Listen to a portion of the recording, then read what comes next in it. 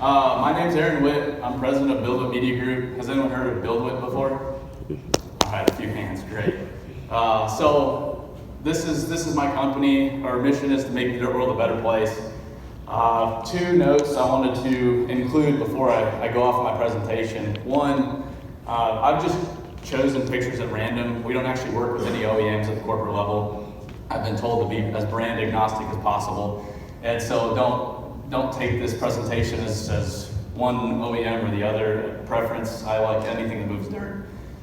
Two, this isn't really an advertisement for a company at all. We can't even accommodate new work right now. I'm just using my company as an example. One, I'm really passionate about what we're doing, and two, I think it's a great example of what I'm trying to talk about and the point I'm trying to make. So with that, the purpose of this presentation is everyone's struggling to find people. Workforce development is a big problem, and our approach to trying to solve the workforce development issue is storytelling. As a young person in this industry, I see so many people at the executive level on down blaming everyone, blaming colleges, blaming millennials, blaming each other, and very few people are actually taking responsibility. I think the problem we're facing is 100% our responsibility, and until we actually look ourselves in the mirror and look at the realities and say, all right, let's make some changes, nothing's going to change. So that's what I'm going to be talking about, is how to use storytelling to change the industry, educate people, help with the perception issues that we're facing, and get more people in the industry. So you're probably wondering who the heck this kid is in front of you. And so I wanted to touch on what BuildWitt is, who I am, before I actually go into storytelling. So it all started out as a little kid. Right picture there is me, my 6th birthday party at the local Caterpillar dealership. It was a pretty sweet 6th birthday party.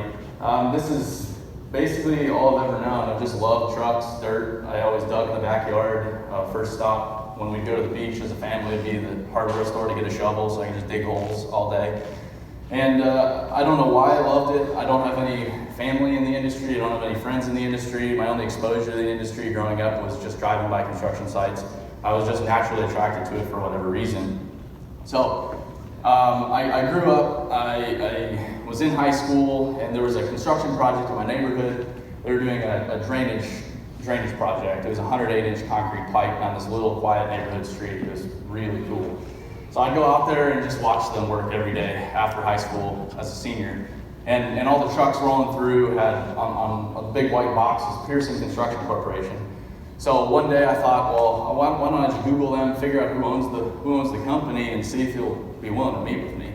Because I need to find a way into this industry, and I think this is a pretty good way to do so. So I called up Pearson Construction Corporation, ended up meeting with Rich Pearson, asked him for a job. He said, I can't even hire you yet, you're 17, wait till you're 18.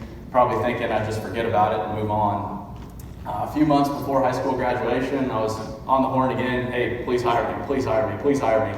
So he finally gave me a shot. He gave me a shot as a laborer. So I just started out as a laborer, bought some crappy boots from the local Sears store, and went to work, grabbed a shovel, kept my head down, worked hard. It was my first time actually working.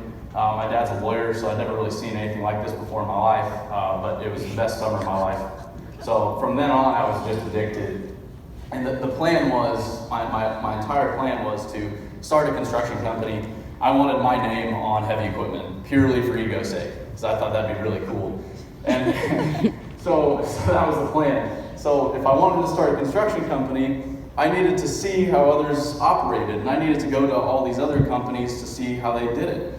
So that's what I did. I went to school for engineering. I got a construction engineering degree, and every year I went to work for a different company. So my second summer, I was a pipe layer again, in the ditch with a shovel, 110, 115 degrees every day. I was the only white kid on an all-Mexican crew. Tons of fun. And then someone said, all right, you're going to school, you have to get out of the ditch. So I obliged. I went to work for Skanska on the railroad in the middle of nowhere. We were working on mainline Union Pacific Railroad track, so freight trains were tearing past us at 70 miles an hour all day long while we were trying to drive pile. We were building bridges in 3 to 4 days each, day and night, 7 days a week. It was pretty sweet. And then my last summer was with Witt, Northwest District. I got smart, applied with them up in Washington State to get out of the desert. I live in Phoenix. I wanted to get out of there for at least 3 months. And I was tasked with managing a blasting operation. We were making jetty stone, so 6 to 30-ton rocks. It was really, really cool. I was tracking all the explosives, doing all the blast plans, and loading every shot. And we're making real big rocks, putting 30-ton rocks on low boys, throwing chains over them, and sending them down the road up to a barge where they were shipped 1,500 miles down to a jetty. So really, really cool. And then out of school, I went to work as an engineer, field engineer in Texas doing road construction. So that was the plan. I was going to do that for a few years, see where it got me, maybe late 20s, early 30s, start my own outfit, go buy a skid steer, however guys do it, and see where I go from there. But things changed. Before I graduated college, I was looking at social media, and I wanted to use social media as a tool. It was so cool, but I had not been using it as a tool. I'd just been using it as something to waste my time. And so I was going through my life and like, all right, what's a unique perspective I have in the world? If I go tell this, it'll provide people value. And I came back to all my construction experiences. I looked at my phone. I had all these random pictures from my few years in the industry. I was young, but I'd seen a lot very quickly. And I thought, okay, I'm learning a lot. Why don't I start sharing what I'm learning about the industry online? It really took off from there. I quit my job probably 6 months after, maybe 8 months after graduating college, and here I am running a media company. I would have never guessed I'd be running a media company, but you just go where life takes you. So we reach a lot of people. Miraculously, we publish our dirt pictures online. I just call them dirt pictures for my friends and family who don't actually understand what I do. And we reach a few million people every single week. These are a few of our channels. We're on Instagram, Facebook, YouTube, LinkedIn, across the board. And it's a lot of fun being able to reach so many people, educate so many people so quickly for free. I don't spend a single dollar doing any of this. So, all right, what does BuildWitt actually do? It started just posting pictures on social media, but now it's grown into an actual media company. I have employees, with 5 employees, about 20 part-time contractors at the moment. We're hoping to double our team in the next few months again. So we've seen a lot of great growth, and the reason for that is, and our business model is pretty much, we want to find the most forward-thinking companies in the industry. I'm tired of beating my head against the wall and trying to convince people of making a change. And I want to find the companies that say, all right, yeah, we're willing to change. We are willing to embrace new things. We're forward-thinking. We're training our people. We're investing in our people. They're often younger companies that are pretty aggressively growing. They have great safety records. So we're finding these companies, and then we're basically getting to know them at a very intimate level. I call every company and new client we take on a partnership, because I look at it like their business is my business. We learn about what problems they're facing, and then we help solve their problems. That's pretty much it. So we're doing websites, we're rebranding whole companies right now. We're going to get into training pretty soon, safety, corporate recruiting. So it's gone well beyond just taking pictures, it's been an awesome few years here. So with that, and to make the dirt world a better place, I have to go out and see the world. I've never been one to say, wow, I don't want to go see the world, I want to go travel every week. But here I am traveling every week.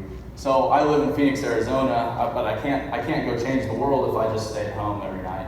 So we've grown really quickly across the United States, and I've done some work abroad as well. We have active projects in over 20 states right now. This is my 3rd city this week, 4th time zone. So I'm just always going. Our whole team's spread out across the United States. And with that, we get to see a lot of really cool things, and I've had a lot of cool experiences. So I just want to share some of the cool experiences that I've had traveling for the past year and a half now. The first is Tanaha Hills. This place is it's fantastic. It's basically Caterpillar's full product line in the middle of the desert. They have a few thousand acres in my home in Arizona, so I can drive there, so I can sleep in my bed and go down here in the morning, which is awesome. And the keys are basically in everything. So I've got to run their biggest loader, some of their biggest trucks, excavators, all kinds of stuff down there. And there's no gas lines or anything to hit, so you can just dig as far and wide as you want. It's just awesome. And they're 49 or 7495 shovels right there. That's my pickup truck next to it for scale. That dipper can haul 80 tons of material at one time. It usually 3 passes trucks. And then that's the 798 electric drive haul truck. They unveiled last November. I got to see that for the first time ever. I was part of the media that was able to see that and actually photograph it. Really, really cool stuff. And I try to put things into perspective. I try to create photographs that my mom will understand. But she doesn't understand what any of this is, but anyone can see those photographs and be like, okay, that's pretty cool. Next is Rio Tinto, Kennecott, Bingham Canyon. This is a big mine outside of Salt Lake City. If you've been flying into Salt Lake recently or in the past 100 years, you'll see a really big hole just outside of town. And it's actually the largest man-made excavation in the history of the earth. It took me a year to get into this place. It's really high security to begin with, and then asking them to bring a camera in is insanity. So it took me a year of going back and forth with Rio Tinto corporate out of Canada, but we got to tour the entire mine. It started as a mountain, and they basically leveled the mountain, and now it's a 3/4 mile deep hole in the earth, all dedicated to mining copper, extracting copper. So we can have our phones, our cars, electricity essentially. It's extremely essential to society as a whole. And we got to go in one of the shovels, a P&H 4100 XBC. It was awesome. The operator has monitors down both sides. Myself and one of our other guys, we were in the back trying to hold on the entire time because it's just rattling around, shaking. He's in there as comfortable as ever, but the cab is enormous, and it 3 passes those 360-ton trucks, no problem at all. Then they have about 130 of those trucks, each with custom dump beds on it. It's just an unbelievable operation. It runs 24 hours a day, 7 days a week, 365 days a year. It never shuts down. This isn't the biggest project I've ever seen by any means, but it's perhaps my most unforgettable project I've seen yet.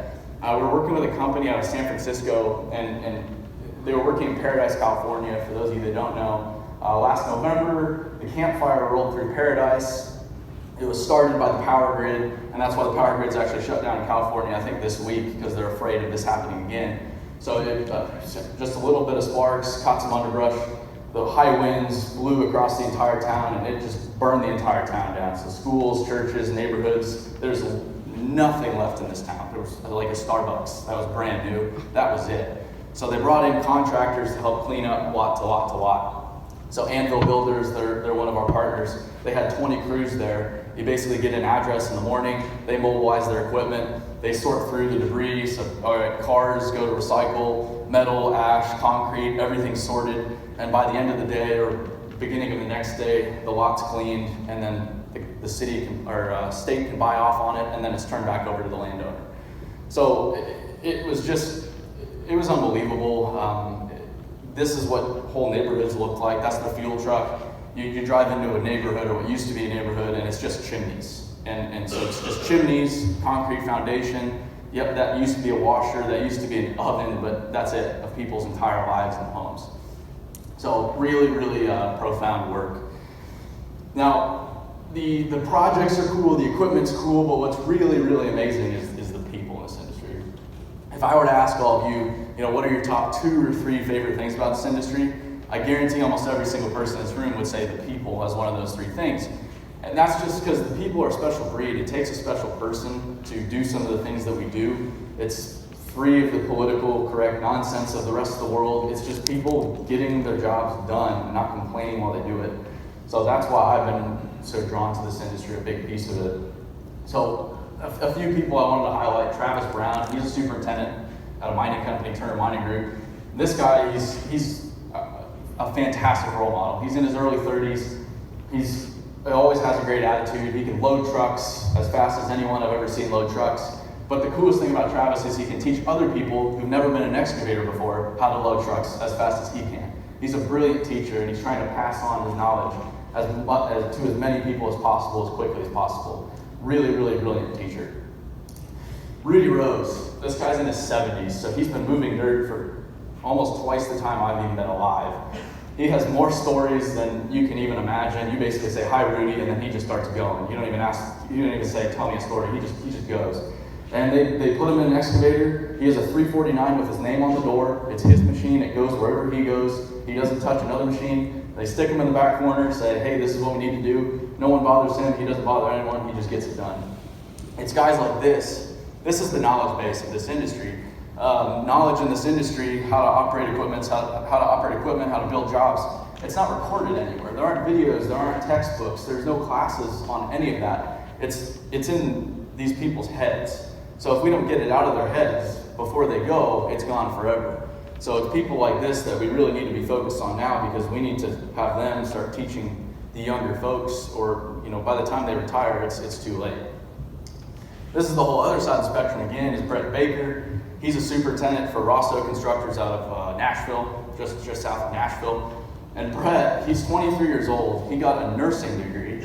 So he goes and gets a nursing degree, works really hard to go get a nursing degree, and then figures, man, this whole nursing thing's just not for me. So naturally, his second choice is construction. Starts as a laborer, gets his way into equipment, and now he's running multiple jobs. He's earned every bit of it. It's not entitlement or anything of the sort. He's just a really smart guy. He has a great attitude. He's getting after it. 23. So, okay, fun stories, great people, but how does this actually translate into impact in the industry, paving the way for the future of the industry? So that's the next part. And to change to change an industry, to attack a problem, you actually understand the root of the problem, understand the realities. So I spent a lot of time just trying to figure out, all right, what are the real issues that we're facing as an industry as a whole? So here are the realities. This is nothing new. The average age in our industry is really high. It's guys like Rudy Rose that are still out there in their 70s, because a lot of folks can't find good operators right now. So that average age is high, and it's only getting higher. So there's more people retiring, retirements are accelerating, and then the pool coming in at the bottom really isn't keeping up. There's negative perceptions, and this is a big issue. People think very negatively about this industry, or just don't even know this industry exists. So they think this industry is either a last resort, or what I say is, how can we expect a 16-year-old to get into this industry, to get into the dirt world, when they don't know the dirt world exists? No one really knows what construction is. No one really knows what mining is. No one knows what any of this is, and that's because we've done a very poor job of educating people about what we do. There's a lack of transparency in this industry. People don't like sharing what they do, and that's been one of my biggest struggles for what I do. I'll approach companies, or I used to approach companies, and they'll cite safety concerns. They'll cite, oh, if I go put my people online, they're going to go get poached, or oh, I have some super top secret way of loading trucks. And after doing this and seeing hundreds of job sites now in 30 plus states, if you're citing safety concerns for not sharing your operations, you probably need to work on your safety program. That's all the companies we work with are not nervous at all about me showing up with the camera. They don't ask to review the pictures. They know that their people are already working safe. That's a proper safety program. And so if you're nervous about a camera or social media sharing what your job sites actually look like, that's a red flag. Two, your people aren't going to leave for a dollar raise if you're showing them appreciation. If they feel appreciated where they are, they're not going to leave. So everyone says, oh, these guys are just leaving for a dollar raise. And I think, again, that says you're not appreciating your people. You're not doing a very good job showing your people appreciation. And this is a great way to do that, is sharing what they actually do. And then third, everyone in this industry thinks they do their means and methods are the best, and that's how they make all their money. But in reality, I've seen it so many different ways. Everyone loads trucks the same. Everyone puts pipe in the ground the same. What makes your money isn't your equipment, your methods, it's your people. It all comes down to your people. That's what makes you your money. And sure, there's good methods and bad methods, but that's marginal in the grand scheme of things compared to a motivated workforce that actually likes showing up to work. That'll make you a lot more money than getting a new bucket or a marginally better machine. We're really old school, so we're really still fired up about iPads in this industry, and iPads are even a rarity in the industry still. And then as I'm driving home, I see a self-driving car drive by. That's where the rest of the world's at. We're really far behind. College is in these days. I went to college. All my friends went to college. It's not going away. They're doing a brilliant job of selling it as here's the way and the means to be successful in life. That's not going away anytime soon. That's just a reality that we're up against.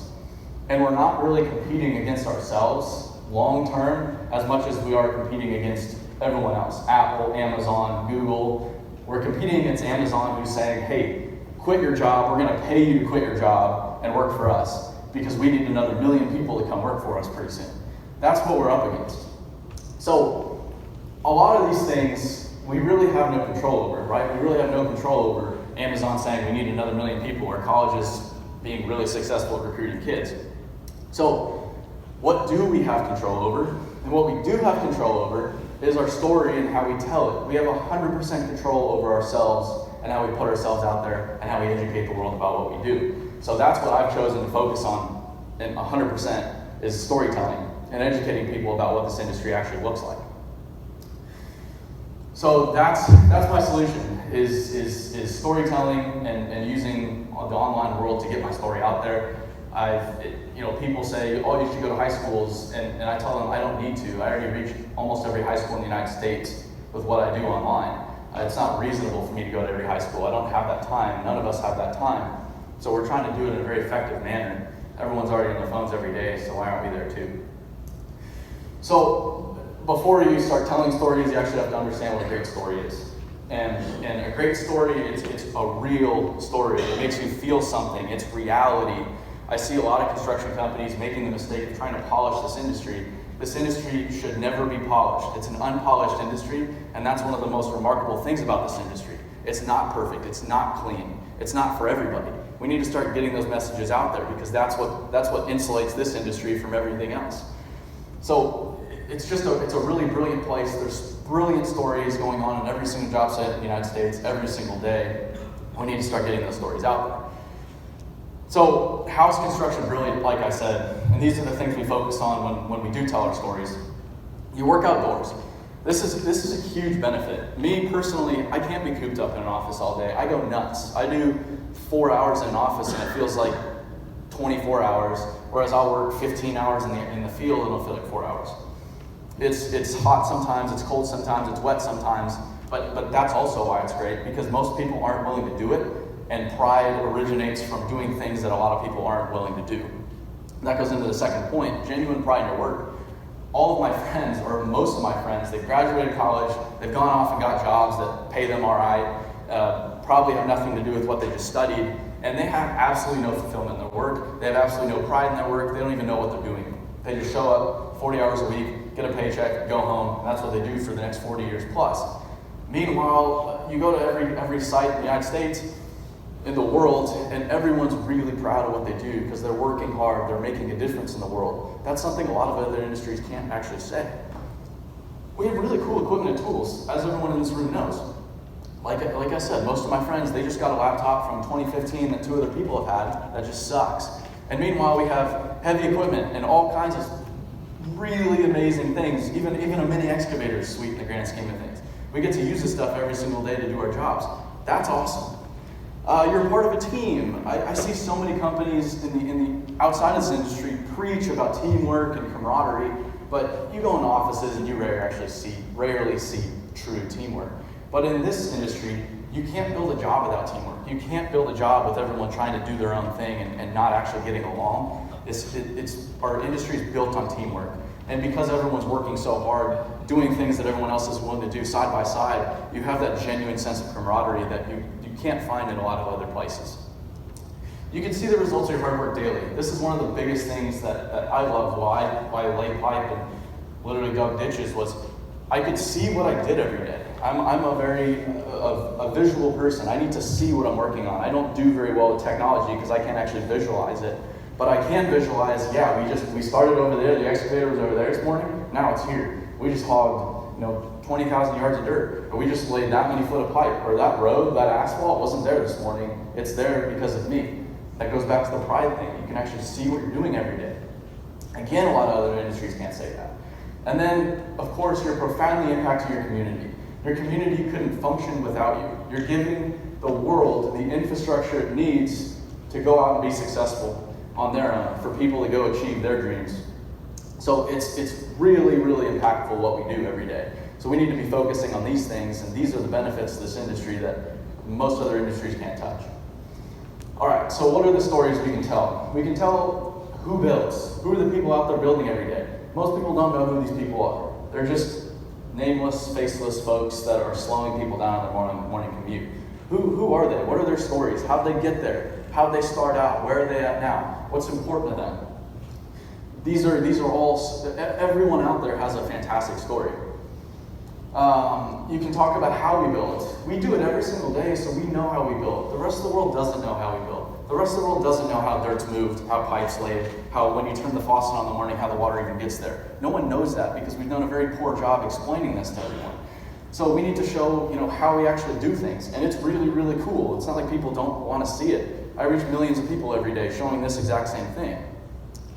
Why is building important? Like I said, society could not function without us. I chose this picture in particular. This is a tunnel just outside of Indianapolis. They're tunneling under a neighborhood for drainage purposes. So when it rains really badly, you don't have a foot of water in your kitchen. That's by design. It's designed to be that way because there's people like this literally tunneling underground to make sure the water has somewhere to go. That's really a profound purpose to that work. It's really hard, really dirty work, and those guys were laughing down there in a place where most people would think is absolutely miserable.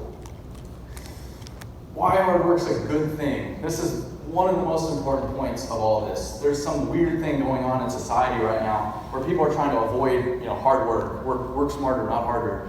But hard work is largely where pride originates from, where fulfillment originates from, where happiness originates from. Think about what you're most proud of in life. It's probably the thing that you've worked hardest at, right? Hard work creates pride. Hard work is a good thing. And when you're working hard all day, giving it your all, it's really hard to feel bad about yourself at the end of the day because you're giving it your all every single day. So we need to talk about that. Hard work's a great thing, and it's not for everybody. Swinging a hammer like this isn't for everybody, but I guarantee if you put this guy in an office, he'd go nuts within a week because it's just not his personality. It's not who he is. What do our days look like? Again, we live them every day, but most people don't know what we do. So what does the day-to-day actually look like? We're repairing a machine. What does repairing a machine even look like? What are the repairs they make? What are the things they have to think about? What are the problems and challenges they face every day? There are so many stories to be told there. And of course the tools. Like I said, we use some really cool equipment. Okay, yeah, this is a mining shovel. I know not everyone has mining shovels. And I get criticized online all the time, oh, you should only show big equipment. It's like, yeah, big equipment's really cool. But to the rest of the world, even a mini excavator, even a skid steer, and skid steers are a running joke on my page, skid steers are cool. So anything's cool. We get to use all these tools every day. No one else has tools like this. So it's just, we're surrounded by this every day. The diesel fumes, the dust, the noises, it's just awesome. All right, so we have the stories. Now, how do you get them in the right hands? You can tell stories all day long, but if no one's listening, there's really no point to it, right? So that's where the social media thing comes into play, and that's why I went to social media. The mistake a lot of companies are making right now, and a lot of organizations in this industry are making right now, is they think like themselves. So it'll be, and I don't mean to offend anyone, but it'll be a boardroom of 55-year-old dudes thinking, all right, what do I want to see? And they forget about, okay, what does my target audience actually want to see? Where's my target audience even? Your target audience, if you're trying to recruit younger folks into the industry, or even you guys, I'm sure a lot of you folks are on your phones every day, look on the internet every day. Most people use the internet these days. Where is everyone? On their phones. So let's go to them on their phones. Let's go to social media. The social media thing is not some gimmick anymore. It's a real thing. There's a few billion people actually doing it, and it's creating a lot of value in the world, so let's take advantage of it. So we go to them via social media, and this industry has to reframe how they think about social media. It's not, can I afford to do this? Can I afford to put my company out there? It's, you can't afford not to do this long term. This is the way the world has gone. We need to go with it because it's just reality. And it's working for so many companies right now. This is beyond theory. All the companies we work with are doing this. It's working very well for them. They're hiring people. They're getting tens of millions of dollars of new work, all because of social media, and it's free. So for detailed purposes, we use Facebook, Instagram, LinkedIn mostly. Those are my three favorite. And on these, you can, like LinkedIn's great for business development. We have literally millions of dollars of work right now because of LinkedIn. And not even me selling anything on LinkedIn, just saying, here's what I do, and people reaching out to us. And then Instagram, Facebook, recruiting purposes. A lot of younger folks are on those platforms, so it's great for recruiting. Why social media? So you can build trust. Whenever someone reaches out to us to work with us, they've already seen everything about our company. They've already seen who we work with. They already know who I am. They already trust me. So I'm just there to basically verify that, yep, I'm the guy that you see online. And it's the same thing for you. When someone comes to work for you, or at a career fair, there's 3 booths. You're the one talking about your people, showing off your safety program, showing off your project. The other 2 haven't. I guarantee you people are going to gravitate to you. And if, say, you go into a pre-bid meeting, you're the one talking about how you actually build things, how you take things to the next level, the quality you try to put into every single job, you're going to have an advantage over everyone else. Even if it's an unconscious advantage with who's choosing the contractor or whoever. So you can build trust. You can find new hires. There's companies out there doing almost all their hiring, dirt companies doing almost all their hiring on social media. I've hired everyone I work with, that works for us on social media. It's a brilliant hiring tool. Celebrate current employees. Make them feel proud about where they work. A big problem in this industry is a lot of the current workforce is uninspired. This is a great way to just show them a little bit of credit. And a little bit of credit goes a long ways. You just have to say someone's doing a fantastic job, highlight them once a year, and it makes the world to them. It really goes a long ways. Educate. Like I said, start showing people what we do, how we do it, why it's important. This is the best way to educate people these days and to get the message out there. It's free. I'm not saying hire me. I'm not saying go buy $100,000 worth of software. Anyone can do it. I'm a 24-year-old kid reaching millions of people, and I spend $0 doing it. I have $0 marketing budget. I should not be saying that because I own a marketing company, but where people pay me to do marketing. I don't have a marketing budget because of this. All right, so great theory. How are actual companies doing this? The first, and I know they've spoken at a past conference, Turner Mining Group, Keaton Turner, Thomas Hahn, they spoke a few months ago. They're doing all their hiring on social media right now. And they have a large majority of their work because of social media right now. Their whole business is driven via social media. Whole business. And it's a mining company. They just move dirt. It's old school. But they're using this new platform and this new way of storytelling to drive their business. And some examples from Keaton. Hey, we got a new machine. That's not that exciting, but that's cool to a lot of people. Just a new machine. And odds are you're probably already taking those pictures. You're probably already taking those pictures, especially like a rental machine comes to your job site. What's the first thing you do? You photograph the thing. Put it online. Hey, we got a new machine. That's cool. 0 MSHA citations. And I'm a professional photographer. I'm not saying you need professional photos either. This is just a crappy screenshot from Snapchat from someone's cell phone camera with a guy carrying pizzas because they got 0 MSHA citations. Here's our culture. That's pretty cool. That's why people are going to work for them. It's simple. It takes 5 minutes. Rosso Constructors, they're a contractor in Tennessee. They came to us and they said, no one knows who we are. We walk into pre-bid meetings and we're struggling to find people. Both of those things, after working with one another, that's not a problem anymore because they've been sharing about what they do. They've been putting their company out there online for so long now. And it's stuff like this, just simple stuff. Like their adoption of technology in the field is incredible. Every single one of their foremen uses an iPad every single day to document everything religiously. It's really incredible. I haven't seen this high level adoption at really any other company. And they just explain online, this is why we do it. We can document our progress.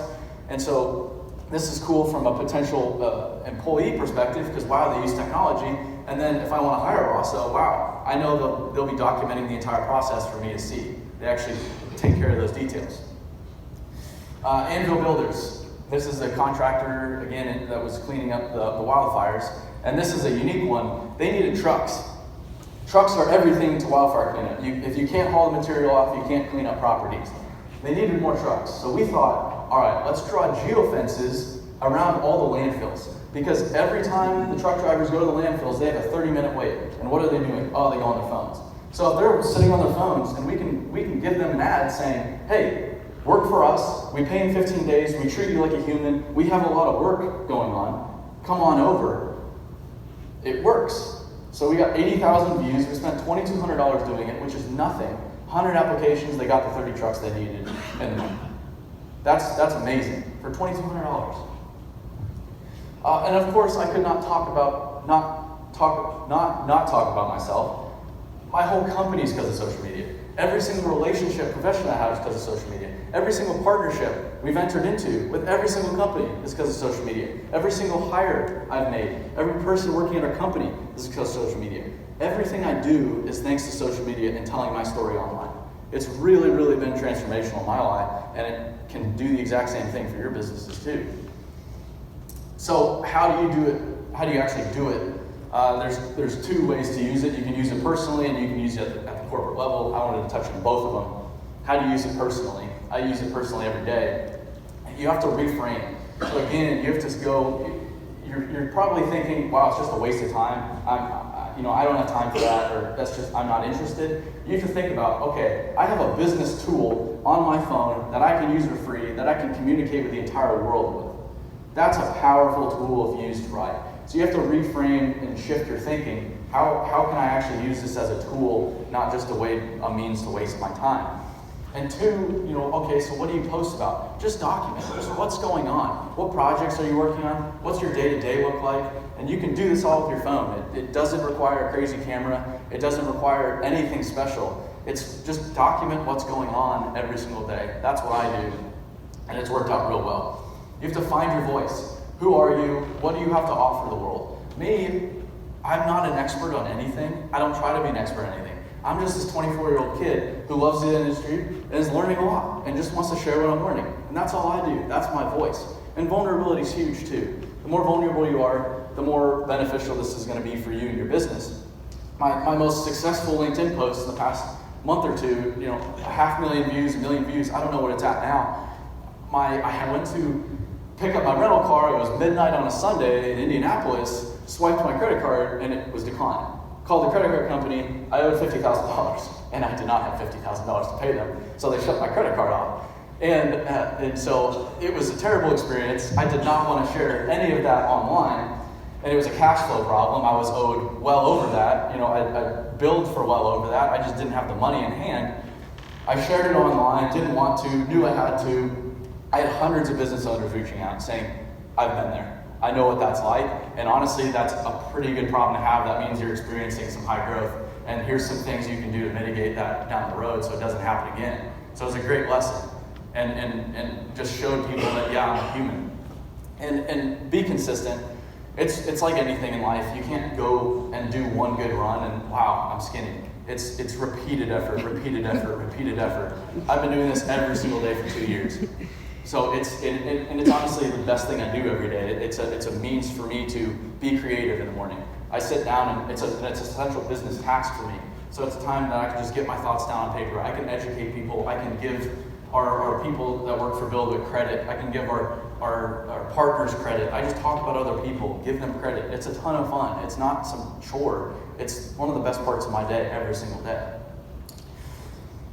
Here's some examples. Richard Nickel, he owns a bridge company. He has a bunch of kids that come around his company, and he wanted to share, why we need to get kids involved in the industry really early on. And this picture is just hilarious. I mean, a little kid with a big welding hood and jacket on, welding in their shop. That's awesome, and that's a crappy photograph, but really, really meaningful. Alan Guy, he owns Anvil Builders in San Francisco. He saw a father training a son on how to run equipment. So he just said, hey, can I take your picture? And just shared about the experience. That's it. Just sharing what's going on in his day. Heath Hanna, he has a earth moving company in South Carolina. He just wanted to highlight one of his guys. Hey, here's one of my guys. He does a great job. I really appreciate it. That means the world to these guys. That means the world to them. It's really simple stuff. How do you use social media as a company? All right, don't hire me. You can go do it yourself. Odds are there's someone in your organization that can take this on. Please don't go hire your local agency. They're just going to screw you. Don't hire me. Look inside your own organization, because the reality is someone in your own organization can tell your story much better than anyone else can, right? And when I was at one of the construction companies I used to work for, I begged ownership. Hey, let me start using the social media, or company social media. Let me go do this. And I was working 60, 70 hours a week. I just wanted to do it for fun. I was proud of what we did. I was proud of my company, and I wanted to share about it. And what did they say? No. I wanted to do it for free. Odds are there's someone in your company or a group of people in your company that if you frame it right, and again, this is not some additional task, this isn't some chore, this is about educating people about what you do, giving people credit. It's fun. They'll be willing to take it on. So look internally and try to do it on your own.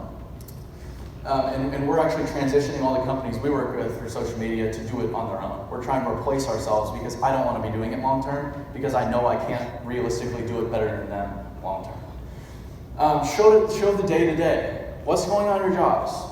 Who are your people actually building? What equipment are you using? What's the work actually look like? It's just basic stuff. How is pipe going in the ground? What's a trench box?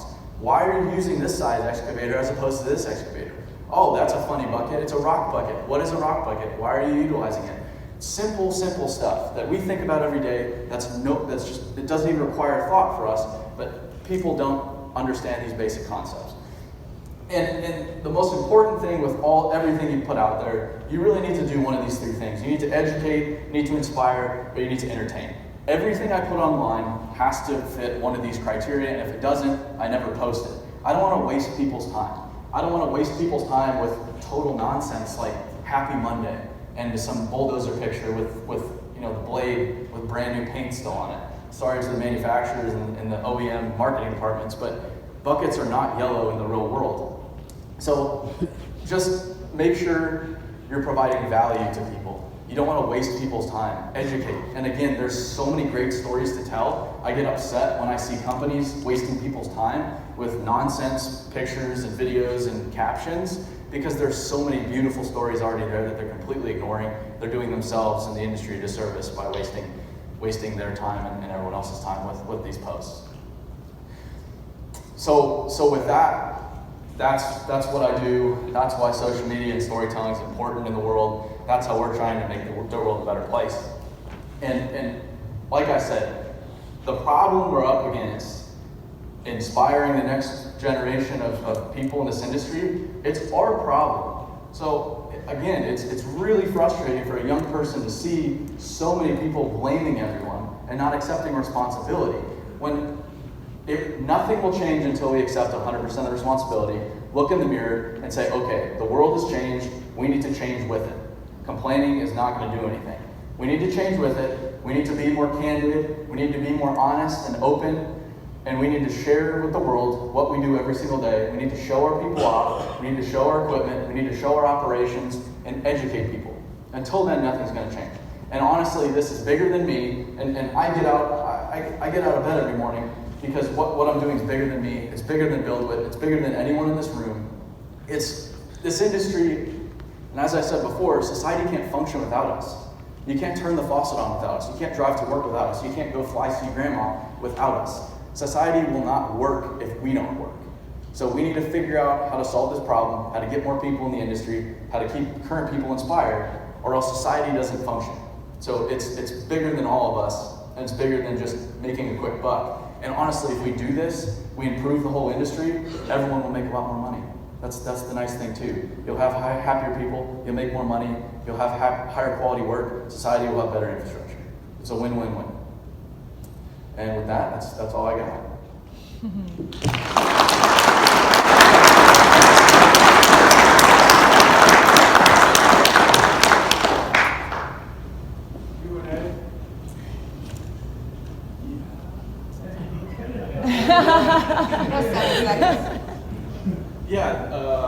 We can maybe one or two questions, and then I'm just going to hang out in the back. So if you have questions, yes. Oh, yeah. Or whoever yelled Q&A. John gets to go before me. We've got somewhere in the neighborhood of 2,000 odd operators. The average age is 54 years old. This problem looms dramatically for our company, but everybody else's as well. How does a company partner with BuildWitt if they chose to do that versus look inside our own organization? That's a good question. We're trying to scale right now. Honestly, we're turning down probably 95% of work at the moment. And then the reason we're doing so is I've been fired so many times over and have had so many failed ventures doing this with some very, very large companies. And companies say they want to do this, and then they don't actually want to change, and we get there, and they want to do it their way. So we've identified who we want to work with, and you can reach out to us, and then there's kind of a vetting process for both sides. We interview you, you interview us. We just get to know you, get to know your problems, and get to know who you are, try to determine if we're a good fit. And if we're not, we try to point you in the right direction. We're just out to help people. I mean, I encourage everyone to look inside their industries. Even if all of you guys wanted to hire me in our company, we just couldn't accommodate it right now. We're still a small company, and we're still only a year and a half old. We're growing. We multiplied by 5 this year, multiplied by 5 again next year. But yeah, you can reach out to us online. It's just BuildWitt.com has everything you need to know. So Aaron, great job, and I do follow you, and Dan's been talking to me about it. But a couple things to add. Yesterday, we received the Technician of the Year award, and John Kelchner, you guys seen that. Right after that, I had videoed the thing. It's on YouTube, it's on LinkedIn, it's on Instagram, and it's on Facebook. And we emailed it to our entire company, the YouTube video, so that we could take this experience like Aaron's doing on the stage and cascade it into our company so they feel the pride like they're here with you, cascade it in their community, and so on. What you didn't know yesterday is John's 2 boys out of 3 work at our company.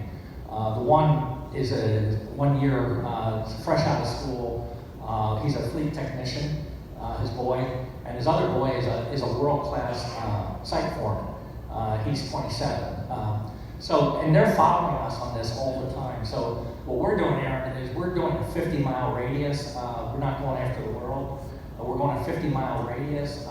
We've got about 8,000 followers on Facebook, and it is amazing how it builds, the pride and the character. And like Jacob, who is not at our company, his 3rd son is going to come to our company because Jacob is like all over this video yesterday. He works for a battery plant, so we'll get him too. Don's son works at our company. My daughter works at our company, and this is a great tool. I have a Facebook coach, a LinkedIn coach, and you want to get to those coaches. Like Aaron said, that you can do it internally. These coaches are amazing. It's free if you use it. So I get coaching every week of, we're doing some ads that we can cascade in a 50-mile radius. Let's say we're looking for fleet technicians. It'll go right on, let's say there's 3,000 fleet technicians in our 50-mile radius. It's going to go right on your phone. So that's the kind of stuff that you can do with this, and I commend you for taking the lead there, Aaron. It's a great job. Yeah, and on that point, a lot of people say, oh, I'm not on social media, my operator's on social media. One of the coolest things I've seen is you share a post about some older guy or older woman, and they won't ever see it, but their kids are on there saying, hey, that's my dad, or that's my mom, or their wives are on there, their husbands are on there saying, yep, that's so-and-so, I'm so proud of them, this and that. So it goes way beyond what you can even imagine. And so there's a lot of cool benefits to sharing this stuff, even if you're not involved or they're not involved, as your kids are probably involved, or the next generation is definitely there and seeing it. Yes? So obviously you're very forward thinking in all of this and trying to get people into the construction industry. Obviously women in construction is still lacking. Is there anything specific that your company does to sort of promote that, or any insight that you can lead into us in promoting that on social media or education? Yeah, I think, in terms of promoting women in construction, a lot of people don't even know women are in construction. So share, obviously, that, hey, yes, there are really amazing women in construction and really amazing women in the ditch with men in the machines, oftentimes running machines a lot better than men can. And because they don't, their egos aren't usually as big as a lot of men out there. So one, just share that, yes, there are women out here, tell their stories, celebrate them. We work with a few women-owned businesses, and genuinely women-owned businesses, not just for the credit. Women that have started up construction companies, and we're actually, there's a few projects in the works right now to get their stories out there and try to tell their stories. And then we're partnering a little bit with Missy Scherzer. She does a lot online, and she's a woman in construction. She does just a great job promoting women in the trades, women in this industry. She's a woman. She had no interest, nothing in construction and demolition. And she married her now husband, who owned a small excavating company at the time, and now they're partners in the business. And she's actually the majority owner of their dumpster business right now. So she talks about it online all the time. So it's just about getting those stories out there. So we're trying to get more and more into that. Because that's 50 plus percent of the population, and it's stupid to ignore that 50%, and this is a great industry for everybody, not just men.